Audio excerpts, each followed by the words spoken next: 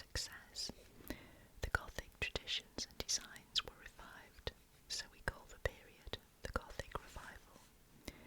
Gothic churches were built in red brick town halls in the Romanesque style, and classic Greek railway stations. The result is often quaint and sometimes charming, but it was not good architecture. The best building in the Gothic tradition came at the beginning of the present century. That's the 20th century in this book. In 1903, a great cathedral was begun in Liverpool, and when it is finished, it will be the largest in the country. Well, obviously, it is now finished. Built of stone, large buttresses project boldly, and the central tower is so tall that it can be seen from miles away. The octagonal top is a reminder of the great lantern at Ely on page 26. A new cathedral has been built and finished at Guildford. It's built of brick, and like Liverpool, it has a tall, commanding tower. The churches in the new towns and on new estates are built in various styles.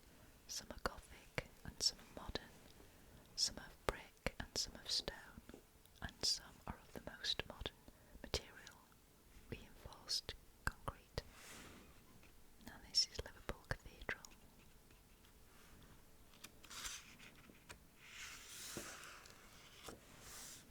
Coventry.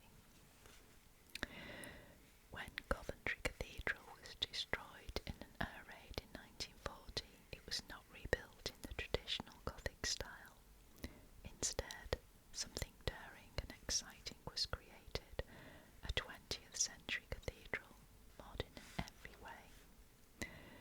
The new cathedral is joined to the ruins of the old by a flight of steps, and the new porch is a public way, so that passers-by can see inside. The whole end of the cathedral is clear glass, cut with figures and flying angels. Glass, light and colour are features of the cathedral. On each side of the new building are 5 tall windows, 70 feet high, and all set at an angle to direct light and colour towards the altar. Half the nave on the south side is taken up with the enormous baptistry window, which is a blaze of glorious colour from floor to ceiling. The outside is built of pink stone, and the floor is black marble. Under the high roof is a beautiful canopy down the length of the building, made of slats of spruce wood between concrete beams. The beams form a lattice framework which is supported on slender concrete pillars which take